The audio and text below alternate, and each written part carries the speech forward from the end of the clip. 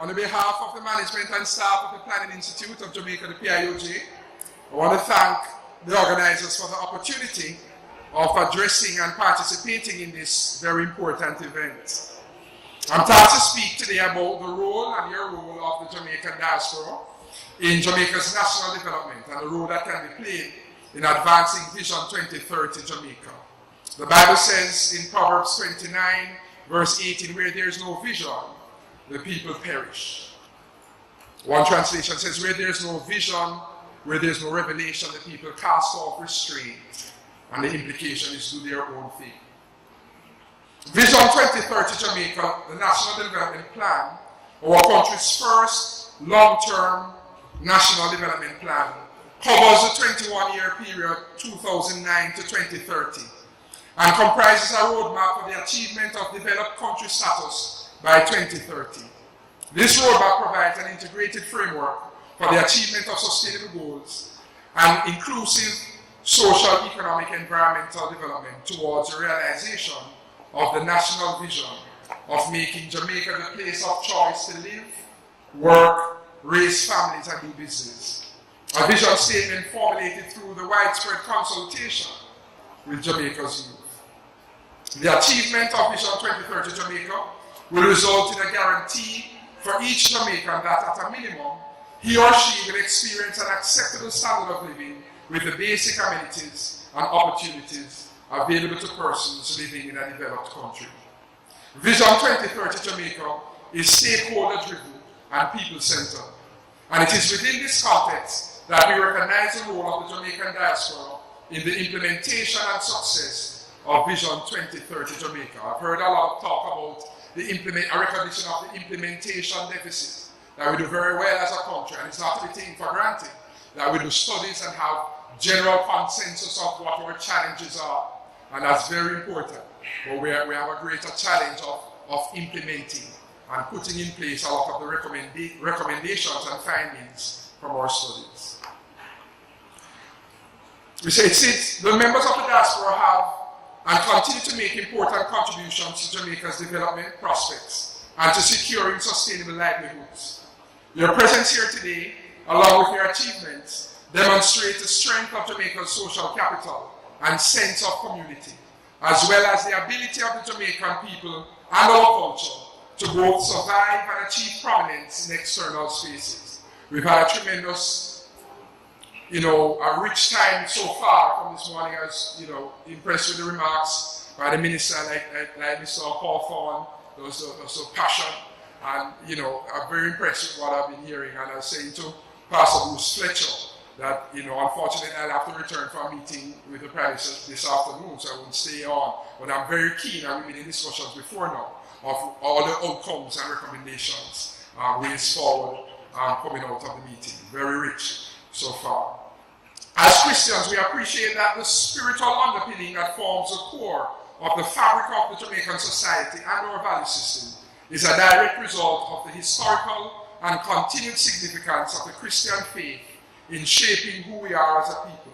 And it is one that binds us in faith and commitment to service. Core values that characterize the Christian faith, such as love, compassion, and respect, are national core values under Vision 2030 Jamaica, and demonstrate the correlation between the development priorities we are pursuing as a people, both at home and abroad, and our Christian faith. It is instructive that this conference gives focus to our youth in securing the future we desire for Jamaica and Jamaicans. Under Vision 2030 Jamaica, children and youth are regarded as key stakeholders in contributing to and sustaining and building on the development results achieved through implementation of the plan. It is among this group, more than any other, that we will be able to recognize whether the focus under Vision 2030 Jamaica on inclusive development and greater levels of equity is achieved by 2030. The church, as an agent of socialization, is critical in shaping the perspectives and dreams of the youth.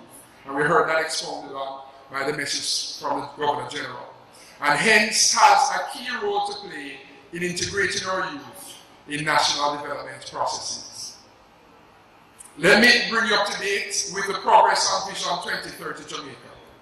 The results-based management framework of Vision 2030 Jamaica involves emphasis on pursuing development strategies and actions that will best facilitate achievement of our long-term goals and outcomes. This also involves focus on measuring development results and tracking progress towards the achievement of targets and goals to inform effective medium-term planning.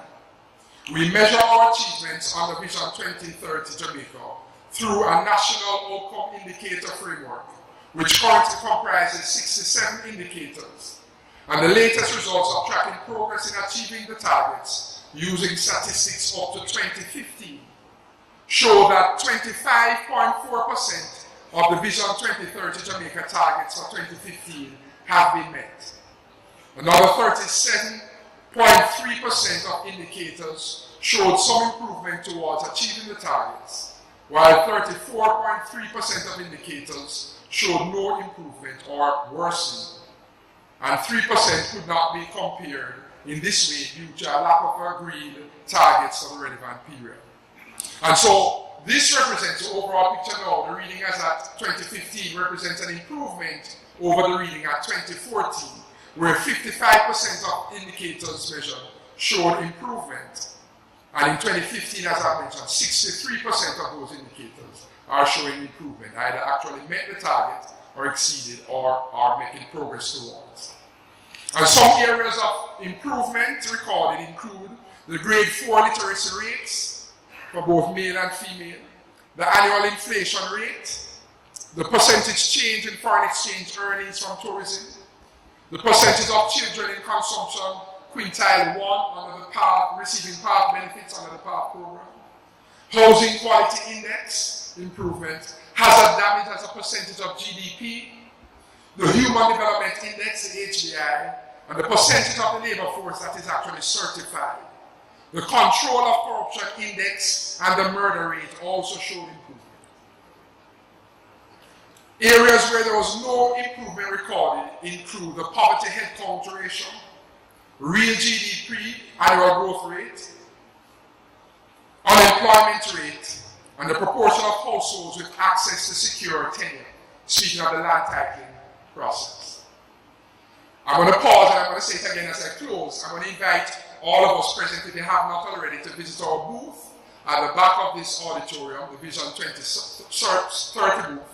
You'll see the National Development Plan with the copies of our medium-term framework, what I'm mentioning here, that tracks the progress in green, yellow, and red indicators. Green, success; yellow, progress; red, no success, and we're emphasizing. And so we want you to visit, and we have 2 of our talented staff and team members there from the PIOJ. And so let me now turn to some of the key elements of the role of the church in national development planning and implementation, building on the successes of Vision 2030 Jamaica while addressing gaps. And by church, I'm referring to the community of believers, all those persons worldwide who profess faith in Jesus Christ and adhere to his teachings. And so the church is a critical element of community involvement in national development. You heard underscored by the Honorable Minister. And includes the promotion of healthy and strong families and socialization of children and youth and adults in appropriate societal norms and values. Under the aegis of the Ministry of Education, Youth and Information, a National Values and Attitudes Committee was established and convened in 2016. You heard the Minister speak of that also. Vision 2030, Secretariat and the PIOJ is a member of the committee, and there have been deliberate efforts to ensure alignment between the work of the committee and the resultant National Values and Attitudes Program with Vision 2030 Jamaica. Much of what we're doing, because Vision 2030 Jamaica represents a long-term development plan, and those economists who say always look at the long run as a series of consecutive short runs. And we want to ensure that as new plans are brought and programs for implementation, that there is alignment with throughout the public and private sector, ministries, departments, agencies, as we have our own strategic plans, that we find alignment with Vision 2030 Jamaica. And the church is also a key stakeholder in this committee, the National Values and Attitudes Committee. And members of the clergy are among the leaders of subcommittees. The church has historically played an important role in Jamaica's national development, particularly as it relates to promoting equity and inclusion in the delivery of basic social services and access to sustainable income earning opportunities. The church provides key social and economic development services, including education and training, particularly through church-affiliated schools from the early childhood to tertiary levels, and providing lifelong learning opportunities through skills training programs, community health clinics, and for the diaspora, in particular, medical missions to underserved communities and groups, providing and promoting forums for cultural expression, whether song, dance, drama, feeding programs for the homeless and other vulnerable groups, providing housing and care for the indigent and the elderly. The church has been a key pillar in Jamaica's development. These functions represent strategic priorities under key outcomes of Goal 1 of Vision 2030 Jamaica, which is Jamaicans are empowered to achieve their fullest potential. And the goals are healthy and stable population, world-class education and training, effective social protection, and authentic and transformational culture. The church is globally recognized as providing a framework for value consensus in society and the achievement of social order, extremely important. Since the implementation of Vision 2030 Jamaica commenced in 2009, crime and violence has been consistently identified by stakeholders as the main challenge facing Jamaica. The church has been a key voice in the national dialogue on crime, violence, and justice, and a major player in the efforts to identify solutions and formulate and implement appropriate response strategies to the challenges faced. Within communities, the church is known to mediate domestic and gang-related disputes, as you heard in recent as this week, and in many instances commands enough respect to dissuade residents from engaging in crime and violence-related activities, as well as encourage cooperation with the relevant authorities. The church is also involved in social intervention programs, and through the conduct of routine functions, provides persons with psychosocial and other forms of support to address personal and interpersonal challenges. These activities directly support the achievement of Goal 2 under Vision 2030 Jamaica. The Jamaican society is secure, cohesive, and just. So much more can be said with regard to Goal 3 of Vision 2030 Jamaica. Jamaica's economy is prosperous, and Goal 4, Jamaica has a healthy natural environment, and the important role of the church in these regards. The church in Jamaica and the diaspora has been a foundation in Jamaica's national development through its enormous contribution to education, economic and social development, empowerment, and transformation. Please allow me to enunciate at this point my strong view concerning the distinctive competency of the church, what sets the church apart from other institutions. A critical success factor for the church has been its embodiment of social capital, trust. We did a survey some years ago here in Jamaica when we were exploring, I think initially, the issue of the diaspora bond. And as we engaged, and through the help of multilateral development partners, engagement was made with the diaspora in the main areas, the UK, Canada, the US. And the issue of monies coming to Jamaica, we had a discussion around that, and one of the constraints was the issue of trust. People wanted to know that if they were sending money to Jamaica from outside of Jamaica, that the persons managing, receiving, collecting, managing, overseeing implementation activities would be trustworthy. And so the church has a distinctive role in engendering trust, and by the nature of the church to reach out in love and compassion and to interface with people, they should be able to generate and continue to maintain that trust. Very important. Can I hear an amen? Amen. Surveys and indicators reveal that we continue to be plagued by high levels of distrust, whereby we don't trust each other, we don't trust our institutions. And the church has been and will continue to be effective in its operations and interventions to the extent that it continues to operate with integrity and transparency, fulfilling its priestly mandate to represent the needs and issues of people before God, while carrying out its role, its prophetic role, in demonstrating the will and nature of God to people. Can I hear an amen? Well, if you keep with the amens, I'm going to start preaching. Let me stick to the script. The church must continue to be inspired by the power of the Holy Spirit. I'm going to feel like preaching. Everybody said distinctive competency.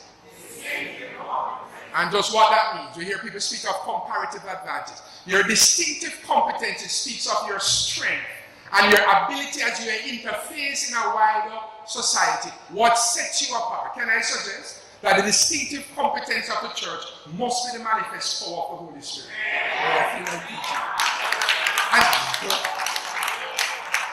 And so we cannot, according to Acts chapter 6, we have to guard against being caught up in waiting on tables while we neglect the attention to the word of God and to prayer.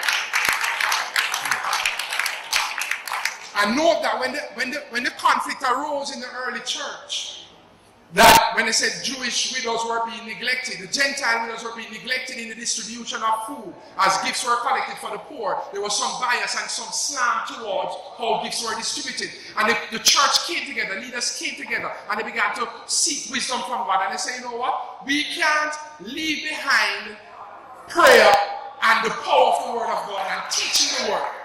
But we have to have this waiting on tables and the distribution of needs. Because the two have to go hand in hand. But they said this thing of prayer and the attention to the word is so important because it will fuel and passion and empower what you do. We heard Mr. Hawkins speaking about that. And it's so important that as you go out and you meet the needs, physical needs, because if somebody's hungry, they don't want to hear the gospel. Hello. And I feel like preaching. But as you go out to look about physical needs and meeting needs, which we must do, because if somebody is hungry, they don't want to hear the gospel. But at the same time, they have to have something that sustains them beyond the next meal. And so it's the ability of the church to lay hold of God, to hear from God, that we speak about appropriate solutions, because God is still a God that rules in the affairs of men. He's still interested in the development of Jamaica. Hello, and the rest of the countries of the world. And if we take time to wait on God, and if we entreat and begin to lay hold of the horns of the altar, God will give solution on the issues we cry out about. When we begin to ask about, is there something wrong with our radar systems that we got it wrong? It's the church that must come and say, these men are not drunk as you suppose. But it's the fact that they have cried out to God, and God has caused hurricanes to turn from this nation. And as we see the signs and wonders of a supernatural God interfacing through natural men and women, we have to give interpretation to what people are seeing. Amen? Let me stick to the script. Amen. We thank the church at home and in the diaspora for your contributions to national development and encourage your continued involvement in the implementation of the strategic priorities under the medium-term framework, the MTF, 2015 to 2018, in short-term, medium-term cycles to do the measurements of the long-term vision. And some of these strategic priorities remain supporting the delivery of quality education, including initiatives aimed at strengthening school, home, and community relationships, as well as parental involvement in education, providing capacity building and other support to the soon-to-be-established Vision 2030 Jamaica Youth Ambassador Program, supporting the delivery of quality healthcare services, primary healthcare at the community level, and strengthening and improving health services and care provided to children and adolescents, supporting the protection and development of Brand Jamaica, our cultural and creative industries, and our national sports program to provide our youth with world-class training facilities and support services, and supporting the delivery of social assistance to vulnerable groups, supporting programs that target the underserved and persons with disabilities, particularly as it relates to access to social and economic goods and services. In closing, the vision of 2030 Jamaica extends to the global development framework as the goals and outcomes of Vision 2030 Jamaica are aligned with the 17 Sustainable Development Goals, the SDGs, of the 2030 Agenda for Sustainable Development. In supporting the achievement of the goals of the Vision 2030 Jamaica, you will be supporting the localization of the Agenda 2030 for Sustainable Development within Jamaica and the implementation and achievement of the SDGs. The continued relevance of Vision 2030 Jamaica as a key element of the framework to achieve sustainable development and inclusive growth is undeniable. It is an indispensable tool in protecting our children and youth and building their capacity as part of securing our nation's future. We encourage members of the Christian diaspora to continue to be engaged in the implementation of Vision 2030 Jamaica, and in particular, support the programs for youth engagement. The starting point is to get acquainted with Vision 2030 Jamaica and share your knowledge with the wider community with which you interact and in which you serve. Vision 2030 Jamaica's website is www.vision2030.gov.jm, as well as like us on Facebook for more information, follow us on Twitter, feed us on what's that other thing? I pray that this sleeping giant called the church will awake and arise with renewed vision, putting on her strength so that the Lord through the church can do exceeding abundantly above all that we can ask or think. And by 2030 we'll say, look what the Lord has done. May the Lord continue to bless you all and continue to bless you all.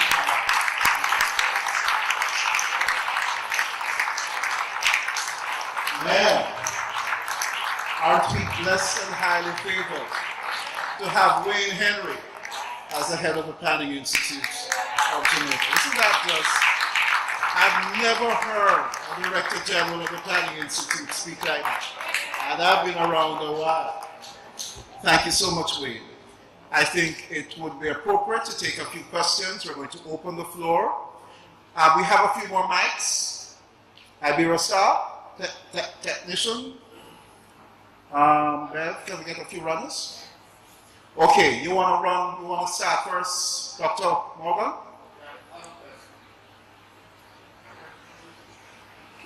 Can we get a mic down here, please, quickly, Rap? Andy, you can grab that mic. Please identify yourself.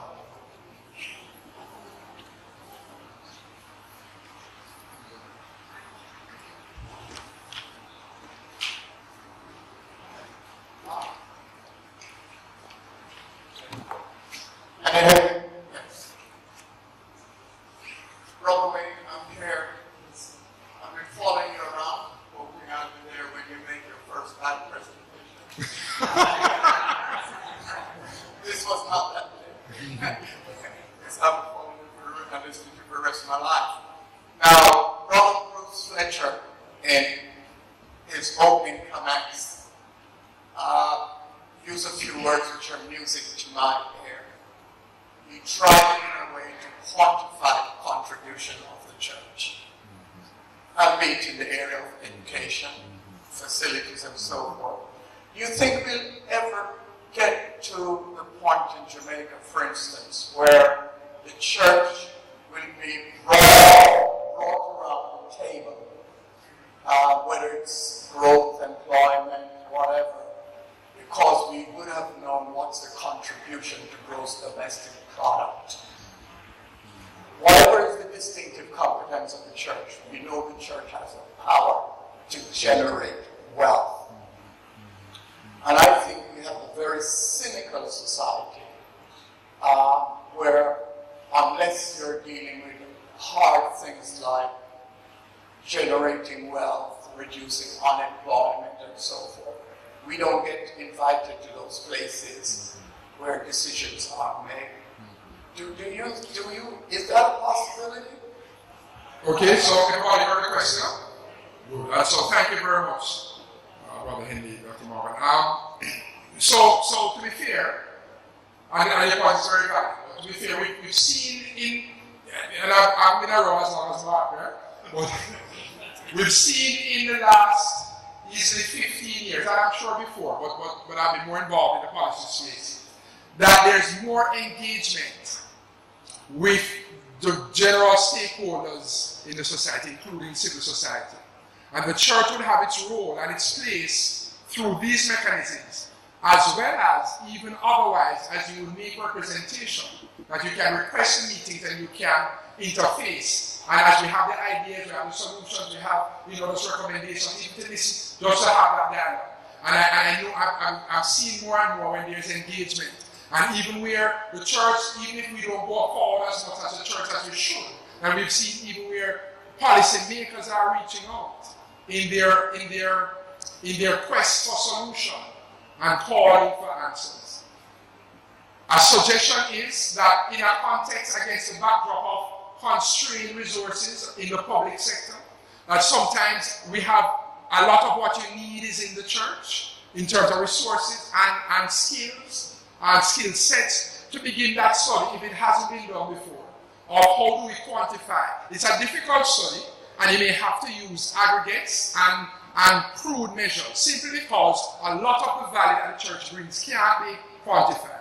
But easily you can use some indicators in terms of contributions to education, health, in several other ways. And so I think that's a study that could be undertaken and that could help the cause. Somebody here may say, well, we know of such a study or something has been done, whether in this umbrella group, and you can use it to extrapolate. So we are certainly, I think, as a government and policymakers, very open to that dialogue. I've seen that we've had meetings, of course, with persons at the Planning Institute coming to meet with us from the church, having ideas around, development policy, around family and definitions around, very useful. And I'm sure across the board there's an openness to discuss ideas.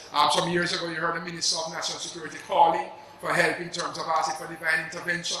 And I spoke with him. I was in the private sector at the time, but liked his comments and overtures and engaged him. And he said he was particularly surprised at the negative response. The same point he made, Henry, that there's this cynicism where we should be a country that is at least God-fearing, if not necessarily Christian. And he said there was so much cynicism based on his comment. And I try to encourage him by saying a lot of times people think that when we call for divine intervention, it suggests we are not doing anything. That we are sitting back and folding our arms and expecting God to do it. And that's not what it means. It says we are asking for wisdom and insight so that we can do the work. We are asking for direction in guiding us as we do the work. So I think there's a lot. The church has tremendous value, and the church, we are in every place. I think, we pray a lot of times, intercessors as they pray for the Daniels and the Nehemiahs and the Esthers to arise, leaders coming up in government, leaders coming up in the different areas to influence what is being done. So I take your point, I hear your heart's cry, sir, and I want to encourage you that we can do much as a church to engage and to present some of these findings that will help to open those doors for dialogue. But I think a lot of that dialogue is taking place and has been for some time, as people realize part of the development effectiveness agenda coming out of the Paris Declaration said that if you want, the study was against the backdrop of a lot of resources coming from the multilaterals in countries of Africa, a lot of developing countries, and not seeing the requisite results. And they began to find out what are those conditions that could lend to more effective use of resources. And one key is the issue of ownership by the authorities, by the stakeholders in that country. It's not somebody from the outside telling you what you need to do, but people on the inside taking ownership of what they think should be done. And I think that is very important. And part of that is, and another recommendation is that continued stakeholder engagement. And we've seen it in some of the solutions that are being brought to bear in economic management. You're seeing that an economic program oversight committee, EPOC, that is bipartisan, tripartite, having civil society, government, private sector leadership and representation. We are seeing it in the EGC that is established, Economic Growth Council, that should have that same interface that allows this discussion ESET in the energy sector. So you're seeing, because it's a model that works, and the hope is that we'll be seeing that more and more right across the board. But thank you very much for that. Thank you. Can we take one final one? I'm sorry, nothing to meet with Dr. Henry. Good afternoon. Good afternoon. Henry. My name is Alton Bell. I'm from the Diaspora Church in England. And I've got a lot of English brothers and sisters here with me. Haven't I? Yeah. Good. My question to you is this. One of the areas where you mentioned that it hasn't changed over the many years since the program started is that of poverty. And poverty seems to flatline. For the country, obviously, it doesn't seem to be making an impact in that. And the question is, how is your government and how is your organization coalescing with the call from the CARICOM for reparations to these places that have been transatlantic slave trade. Are you actually aware of that, or is the government participating in that so that the poverty stream can be alleviated in Jamaica? Thank you very much, Mr. Bell, for the intervention, the question.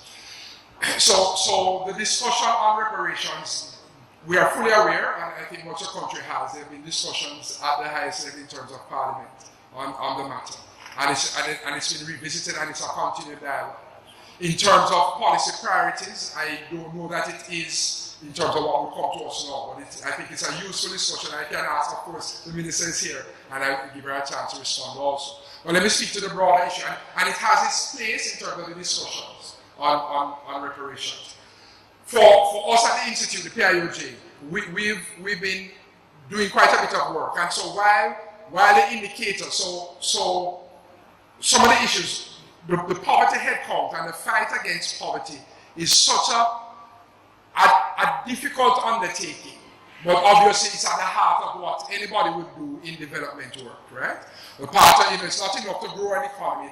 The assumption is by growing, you should see increased quality of life, improved standards of living for the people there. So it's not just economic growth in a vacuum.